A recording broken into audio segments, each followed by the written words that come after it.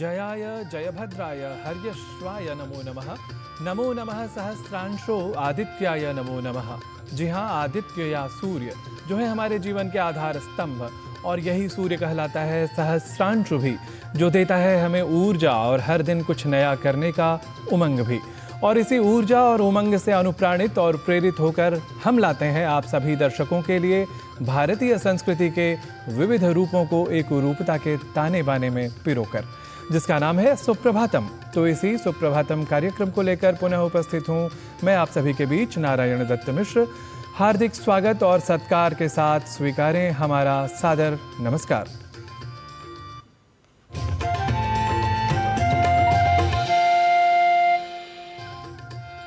यद यत् परवशं कर्म तत्तद् यत्नेन वर्जयेत्, यद यदात्मवशं तो स्यात् तत्तत् सेवेत यत्नतः। अर्थात जो कार्य दूसरे के अधीन हो उन्हें यत्नपूर्वक छोड़ देना चाहिए, पर जो कार्य अपने वश में हो उन्हें यत्नपूर्वक अवश्य ही पूरा कर लेना चाहिए। अतः यत्न को, बल्कि कहा यह जाए कि समय सापेक्ष यत्न की महिमा को हमें समझने की आवश्यकता है, और इससे भी पहले हमें समय की अपनी सांस्कृतिक समझ की गरिमा को अधिक आत्मसात करने की आवश्यकता है। आप जानते ही हैं कि इसी सामयिक सांस्कृतिक समझ को संवर्धित करती है भारतीय काल गणना की हमारी चिरंतन परंपरा, और इसकी वैज्ञानिकता को सांकेतिक रूप से आपके समक्ष रखता है हमारा पहला प्रभाग, आज का पंचांग। तो आइए जान लेते हैं आज की तिथि, वार और नक्षत्र के बारे में। आज का पंचांग युगाब्द 5126, विक्रम संवत 2081, शक संवत 1946, दक्षिणायन, मार्गशीर्ष मास, शुक्ल पक्ष, चतुर्थी तिथि, बृहस्पतिवार, उत्तराषाढ़ा नक्षत्र। आज का दिन सभी के लिए मंगलमय हो। आज के पंचांग के बाद अब समय है सुप्रभातम में सुभाषित की प्रस्तुति का। सुवृत्तः शील संपन्नः प्रसन्नात्मात्मविद् बुधः प्राप्येह लोके सत्कारम सुगतिम प्रतिपद्यते।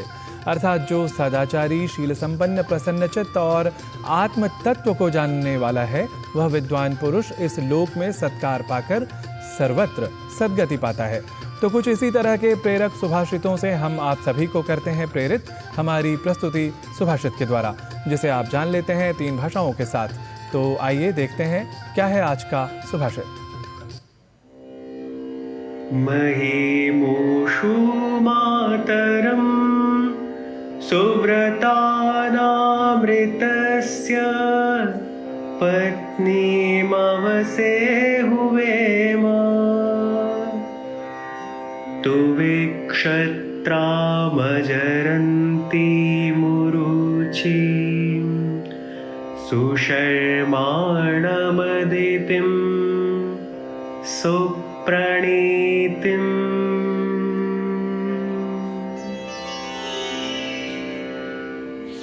नारी महाशक्तिमती है, सुव्रती संतानों की माता है, सत्यशील पति की पत्नी है और भरपूर क्षात्र बल से युक्त है। नारी विपत्तियों के आक्रमण से कमजोर न होने वाली अतिशय कर्मशील है। वस्तुतः नारी तो कल्याण करने वाली और शुभ नीति का अनुसरण करने वाली कही गई है। A woman is mighty, a mother of good-natured children. She is the wife of a truthful husband and possesses abundant heroic strength. A woman is very active, not weakened by the onslaught of calamities. In fact, women are said to be doers of good and followers of good ethics. अब बात भारतीय ज्ञान परंपरा से जुड़ी प्रस्तुति के बारे में। भारत में जिस तरह काशी का महत्व उत्तर भारत में है, उसी प्रकार दक्षिण भारत में रामेश्वरम का महत्व है। रामेश्वरम धामों में से एक धाम और भगवान शंकर के 12 ज्योतिर्लिंग में से एक पवित्र तीर्थ स्थान है। यह तमिलनाडु के रामनाथपुरम जिले में स्थित है। यह हिंद महासागर और बंगाल की खाड़ी से घिरा हुआ एक खूबसूरत द्वीप है, जिसका आकार एक सुंदर शंख की तरह नजर आता है। आज हम जानेंगे रामेश्वरम ज्योतिर्लिंग से जुड़े कुछ रोचक तथ्यों के बारे में।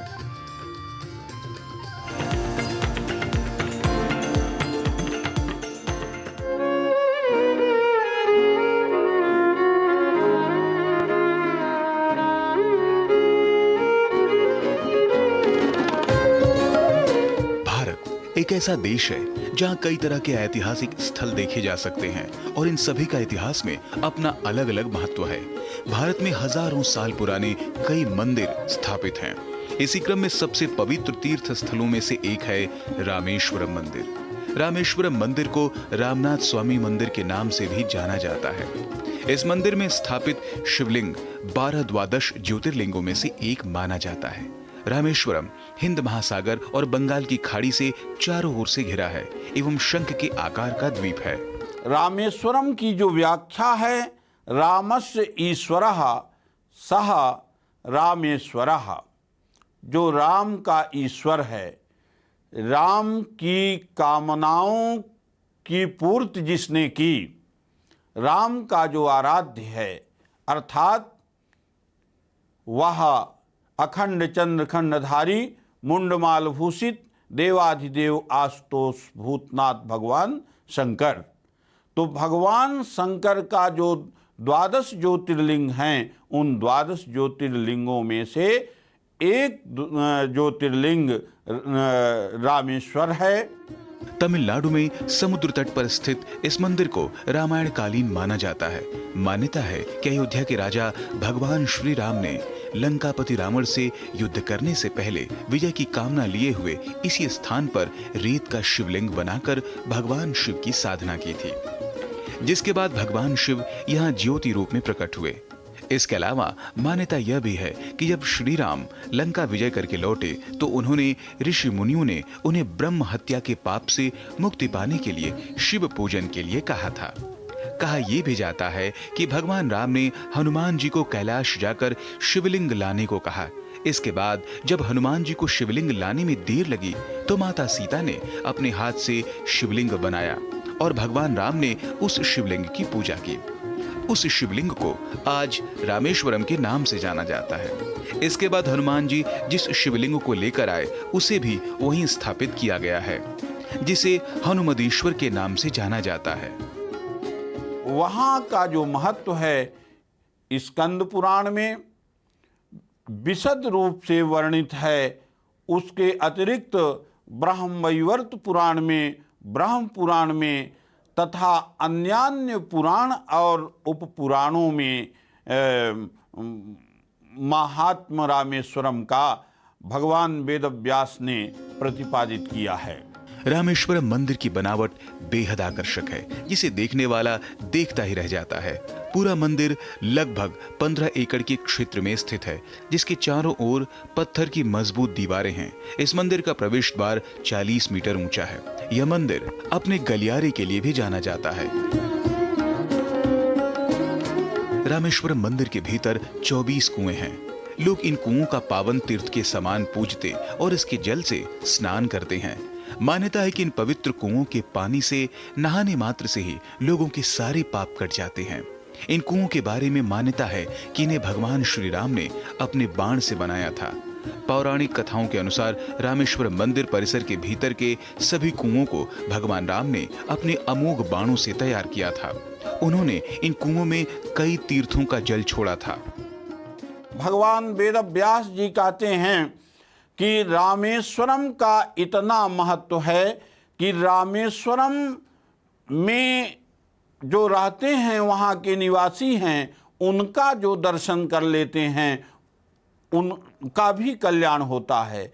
इतना ही नहीं, रामेश्वरम से जो वायु प्रवाहित होती है और वह वायु जो वहाँ के कणों को लेकर के जहाँ तक जाती है, तो वह उन कणों का स्पर्श किसी महान पापी से भी यदि होता है तो वह पापी तर जाता है। माना जाता है कि रामेश्वरम मंदिर के निर्माण में लगे पत्थरों को श्रीलंका से नामों द्वारा लाया गया था। रामेश्वरम का गलियारा विश्व का सबसे लंबा गलियारा है। यह उत्तर दक्षिण में 197 मीटर एवं पूर्व पश्चिम में 133 मीटर है। रामेश्वरम मंदिर के अंदर 22 तीर्थ हैं, जो अपने आप में प्रसिद्ध हैं। मंदिर के पहले और सबसे मुख्य तीर्थ को अग्नि तीर्थ नाम से जाना जाता है। इस ज्योतिर्लिंग की विधि विधान से पूजा करने से ब्रह्म हत्या जैसे पापों से मुक्ति मिलती है। माना जाता है कि जो व्यक्ति यहाँ स्थित भगवान शिव के ज्योतिर्लिंग पर पूरी श्रद्धा से गंगा जल चढ़ाता है, उसे मोक्ष की प्राप्ति होती है। राजमंगल पांडे के साथ जनेंद्र सिंह की रिपोर्ट, डीडी न्यूज।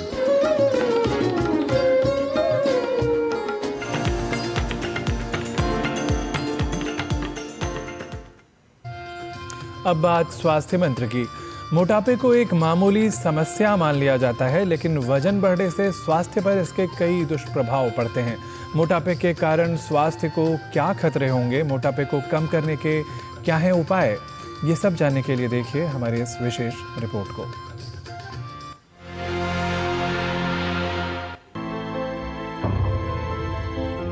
अलग अलग तरह का स्वादिष्ट भोजन खाना भले ही सभी को पसंद आए, लेकिन वसायुक्त आहार और तले हुए भोजन का अधिक मात्रा में सेवन, साथ ही शारीरिक श्रम में कमी कारण बन सकती है वजन बढ़ने और मोटापे का। मोटापा एक ऐसी स्थिति है जिसमें व्यक्ति के शरीर में अधिक वसा एकत्रित होने लगती है, जिसका स्वास्थ्य पर नकारात्मक प्रभाव पड़ता है। व्यक्ति मोटापे की किस श्रेणी में आता है वो उसके BMI यानी बॉडी मास इंडेक्स से मापा जा सकता है। यदि बॉडी मास इंडेक्स यानी BMI 25 या उससे अधिक हो तो व्यक्ति को अधिक वजन, और BMI 30 या उससे अधिक होने पर मोटापे की श्रेणी में माना जाता है। मोटापा सिर्फ एक सौंदर्य समस्या ही नहीं, ये रोगों और स्वास्थ्य समस्याओं का खतरा बढ़ा देता है। मोटापा एक बीमारी है। कोई भी ऐसा ऑर्गन नहीं है जो मोटापा की वजह से हमारा अफेक्ट नहीं हो। हार्ट पे भी अफेक्ट है, लीवर पे भी अफेक्ट हो रहा है, सभी चीज़ों पे हो रहा है। कुछ बीमारियां जो मुख्य रूप से हमारी लाइफस्टाइल को अफेक्ट करती हैं, जैसे डायबिटीज़ है, हाइपरटेंशन है और हार्ट की बीमारी है, हमें स्लीप एपनिया है, लीवर की प्रॉब्लम्स है, ऐसी सारी प्रॉब्लम भी हमारी बढ़ जाती है। और साथ ही बढ़ जाती है हमारे जोड़ों की प्रॉब्लम, घुटने में दर्द शुरू हो जाता है, अब चलना फिरना कम हो जाता है और उसकी वजह से और मोटापा बढ़ता रहता है, क्योंकि हम खाना कंट्रोल नहीं करते। कुछ जैसे बॉडी बिल्डिंग की दवाइयां हैं जो यंग एज में लोग मसल्स बनाने के लिए, बॉडी बनाने के लिए लेते हैं, उनके भी दुष्प्रभाव आगे चल के ये होता है कि उनसे वजन बढ़ता है। आजकल न सिर्फ वयस्क बल्कि बच्चे और किशोर भी मोटापे से ग्रस्त हो रहे हैं।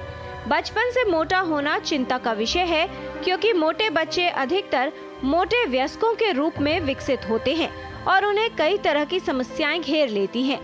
लोगों के मोटे होने के कई कारण हो सकते हैं।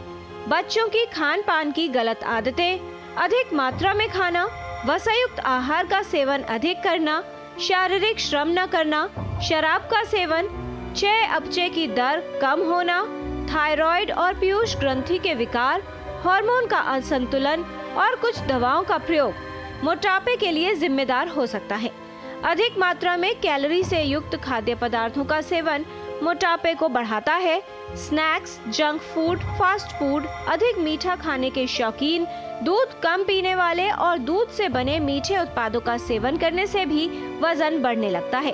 कई बार सक्रिय न होने से भी मोटापा बढ़ता है। खाने पीने में लापरवाही बरतना और पौष्टिक आहार की बजाय जंक फूड को अपनाना आपके वजन को बढ़ा सकता है। मोटापे का जो मुख्य इलाज है वो अभी भी हमारा डाइट कंट्रोल और फिजिकल एक्टिविटी है। डाइट कंट्रोल यानी हमें खाने में फैट का इस्तेमाल कम करना है। कचौड़ी, समोसा, पकौड़ी, भुजिया, पराठा, पूड़ी, अचार, ऐसे खाना जिनमें घी का ज़्यादा इस्तेमाल होता है, घी तेल का, हमें उनसे बचना है। साथ में हमें फलों का इस्तेमाल बढ़ाना है, हमें फाइबर्स का बढ़ाना है, हमें सलाद का इस्तेमाल बढ़ाना है और इसके साथ में हमें रोज फिजिकल एक्टिविटी करनी है, रोज वॉक करनी है। जो यंग एज में है वो दौड़ भी लगा सकते हैं और जिनको जोड़ों की प्रॉब्लम है या हार्ट की प्रॉब्लम है वो मॉर्निंग वॉक करके भी अपने वजन को कंट्रोल में कर सकते हैं। जरूरी यह है कि आप 45 मिनट या आधा घंटा रोज सुबह शाम वॉक शुरू करें, धीरे धीरे करके उस वॉक को बढ़ाएं ताकि आपका वजन कंट्रोल में रह सके। मोटापे से होने वाली स्वास्थ्य समस्याओं को वजन कम करने से रोका जा सकता है। यदि आप जरूरत से ज्यादा मोटे हैं तो सावधान रहिए, क्योंकि ये मोटापा आपके लिए खतरा बन सकता है। बहुत ही कम मरीजों में जिनको डॉक्टर्स की सलाह के बाद हम सेलेक्ट कर सकते हैं, जिन्होंने ये देख लिया कि खाने और एक्सरसाइज से उनका वजन कम नहीं हो रहा है, उनको जो वजन कम करने की कुछ दवाइयां हैं वो भी दी जा सकती है। और उसके बाद एक पर्टिकुलर इंडिकेशन जो आ जाते हैं कि आपका वजन कम ही नहीं हो रहा है, आपका BMI ज़्यादा बढ़ गया, उस स्थिति में यह भी हो सकता है कि हम बैरेट्रिक सर्जरी के बारे में सोचें। अपनी जीवन शैली और आहार में परिवर्तन करें, नियमित व्यायाम करें, साथ ही अपने जीवन शैली के कारकों पर ध्यान दें, जिससे आपका वजन नियंत्रित रहे, बीमारियों का खतरा कम हो और आप स्वस्थ जीवन जी सकें। किरण भारद्वाज, डीडी न्यूज।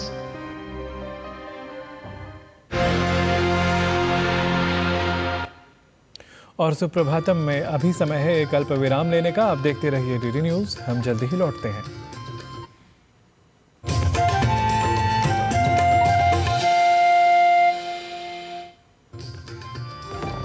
खुद को पैम्पर करिए MDH बादाम रोगन के साथ, जो आपको संवारे, निखारे और नरिश करे। चमके चमके हाँ, दमके दमके, त्वचा में समाये, हाइड्रेट करे, हर उम्र की त्वचा का पोषण करे। You deserve the purity.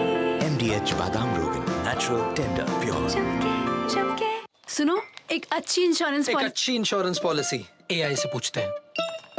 एक ऐसी पॉलिसी जिसमें प्रीमियम पेमेंट हो लिमिटेड पर इनकम आती रहे लाइफ टाइम। LIC का जीवन उत्सव। एक ऐसी पॉलिसी जो दे होल लाइफ इंश्योरेंस कवर भी। LIC का जीवन उत्सव। वाह, चलो तो LIC की जीवन उत्सव पॉलिसी ही लेते हैं। मैं भी तुमसे यही कह रही थी, LIC का जीवन उत्सव। लाइफ टाइम सेलिब्रेशन मनाइए LIC के जीवन उत्सव के साथ, फ्यूचर सेट है। पापा ने कहा इंजीनियर बनो, बन गया। हस्बैंड बनो, वो भी बन गया। पर मूर्ख बनो तो कहा ही नहीं। देखिए, नकली पेमेंट का SMS, कहते हैं पापा का उधार लौटा रहे हैं, फिर बोलेंगे गलती से ज्यादा पैसे भेज दिए, बेटे बाकी के पैसे वापस कर दो। आज्ञाकारी बेटा हूँ, मूर्ख नहीं हूँ। याद रहे, UPI सेफ है, मगर कोई ऐसे बेवकूफ बनाए तो कहो मैं मूर्ख नहीं हूँ।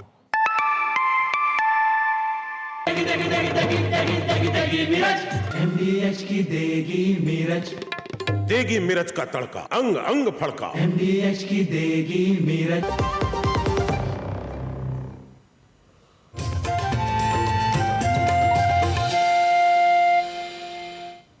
सुप्रभातम में आप सभी का पुनरपि स्वागत है।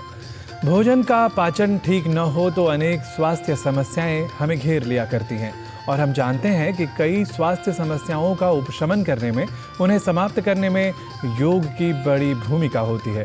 तो आइए योग प्रभाग में आज देखते हैं कुछ उन यौगिक क्रियाओं को जो पाचन समस्याओं से बचाव में हैं अत्यंत उपयोगी। आजकल हम आहार के प्रति बहुत कॉन्शियस हो गए हैं, लेकिन अगर यह सही तरीके से ना पचे तो या तो शरीर इसे बाहर फेंक देता है या वहीं पड़ा रहकर सड़ता है और कई बीमारियां दे देता है। योग के कुछ आसन हैं जो हमारे पाचन में बहुत सहायक होते हैं, साथ ही हमारी ऊर्जा को बनाए रखते हैं, गैस एसिडिटी को नहीं होने देते। इनका नियमित अभ्यास करना जरूरी है। पहला आसन है वज्रासन। दोनों घुटनों पर आएंगे, टो को मिला के रखेंगे, हील को थोड़ा दूर रखेंगे और आराम से बीच के स्पेस में बैठ जाएंगे। जो पेट में गैस होती है ना, वो तुरंत निकल जाती है। स्पाइन हमारा हमेशा इरेक्ट रहने से पेट में बहुत सारा स्पेस बन जाता है। चेस्ट हमारा ओपन रहने से ऑक्सीजन भरपूर आता है, और जब हम पैरों को फोल्ड कर कर बैठते हैं तो यहाँ एक लॉक लगता है, तो ब्लड का सर्कुलेशन जो अभी नीचे जा रहा था वो पेट पर एकत्रित हो जाता है।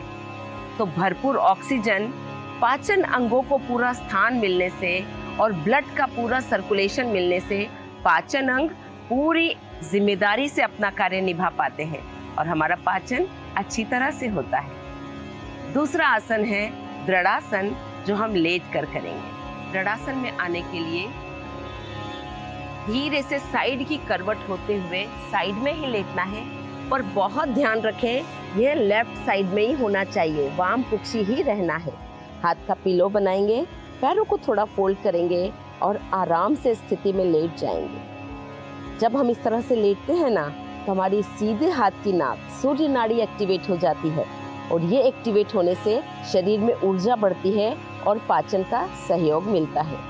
साथ ही हमारा पेट लेफ्ट साइड में है, तो जब हम ऐसे लेटते हैं तो जो पाचन संबंधी जूस है वो पेट में इकट्ठे हो जाते हैं, तो हमारा पाचन आसानी से होता है। और जब पाचन आसानी से होता है तो शरीर को जो ऊर्जा मिलना है वो पूरी तरह से मिलती है, गैस एसिडिटी नहीं होती। इसी अवस्था में कुछ देर के लिए रुकेंगे, आंखें बंद रखेंगे और श्वास पर पूरा ध्यान देंगे। जब हम शरीर को स्थिर करते हैं, धीरे धीरे हमारा मन भी शांत होता है और शरीर आराम पाता है। जब शरीर आराम पाता है तो पाचन अच्छी तरह से होता है। अधिक से अधिक 5 से 10 मिनट इस स्थिति में रुकने के बाद धीरे से अपने हाथ की सहायता से उठ जाएंगे और वापस अपनी दिनचर्या में लग जाएंगे। आइए जानते हैं इसके बारे में कुछ प्रैक्टिकल टिप्स गुरु माँ डॉक्टर हंसा जी योगेंद्र से। नमस्कार। खाने के बाद सौंफ खाना बहुत अच्छी आदत है। अच्छी तरह सौंफ को क्रिस्प कर ले और उसे चबा ले नीट। उससे ना तो गैसेस होगी, नहीं एसिडिटी होगी, बहुत फ़ायदा होगा। खाने के बाद थोड़े से कदम चले, जिसको कहते हैं शतपावली। कम से कम 100 कदम तो चलना ही चाहिए, फास्ट नहीं, धीरे धीरे टहलते हुए। बाद में जब लेटना ही हो तो साइड में लेटी, दृढ़ासन में लेटी और लेफ्ट साइड पर लेटिए। खाने के बाद थोड़ा शांति से बैठें, निष्पद्ध भाव करें और आंख बंद करके और आवाज़ों पर ध्यान दें, जिससे दिमाग में फालतू विचार ना आए। रिलैक्सेशन बहुत ज़रूरी है खाने के बाद, तो पाचन शक्ति अच्छी होगी। ये छोटी छोटी चीज़ें करनी। फिजिकली एक्टिविटी ज़्यादा ना करें। आधा घंटा पहले याद रखें पानी पिए, 1 घंटे बाद याद रखें पानी पिए। बस ये सब ही करना है। नमस्कार। और अब समय है योग की मूल भाषा को जानने का, अर्थात संस्कृत भाषा को जानने का। आइए आज कर लेते हैं इसी भाषा से संबद्ध कुछ वाक्यों का पुनरअभ्यास।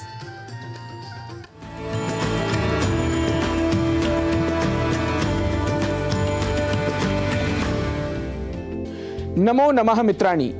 संस्कृत पाठशाला प्रभागस्य एतस्यां कक्षायां भवतां सर्वेषामपि स्वागतम्। मम नाम गवीशः। संस्कृत कक्षा में हम व्यावहारिक प्रयोग में आने वाले वाक्यों को संस्कृत में बोलना सीख रहे हैं। आइए इसी क्रम में सीख लेते हैं कुछ और वाक्यों को।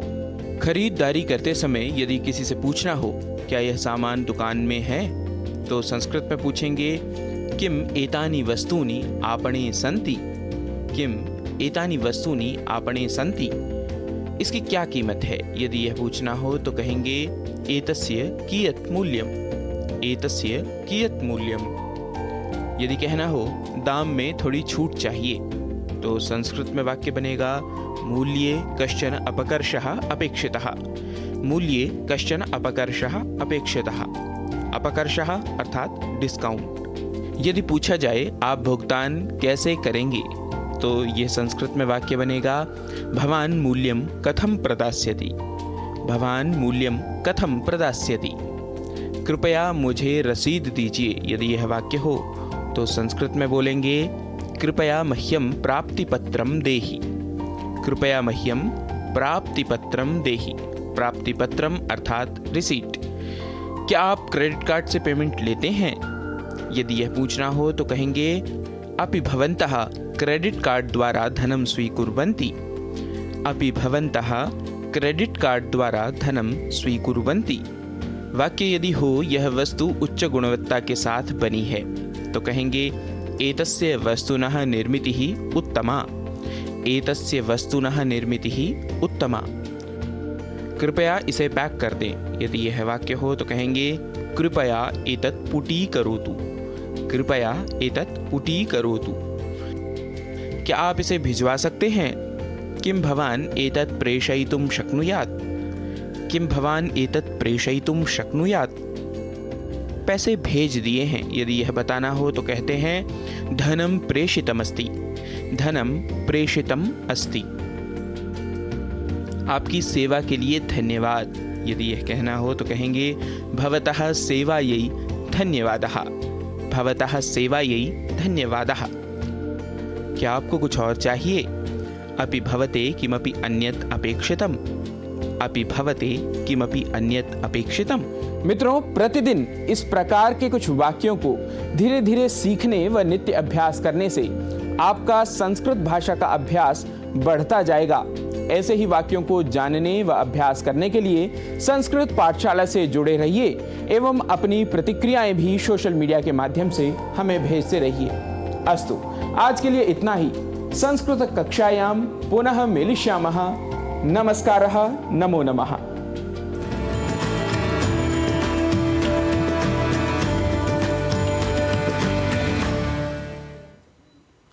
अकामस्य क्रिया काचित् दृश्यते नेह कर्हिचित् यद् यद्धि कुरुते किंचित तत्तत् कामस्य चेष्टितम्।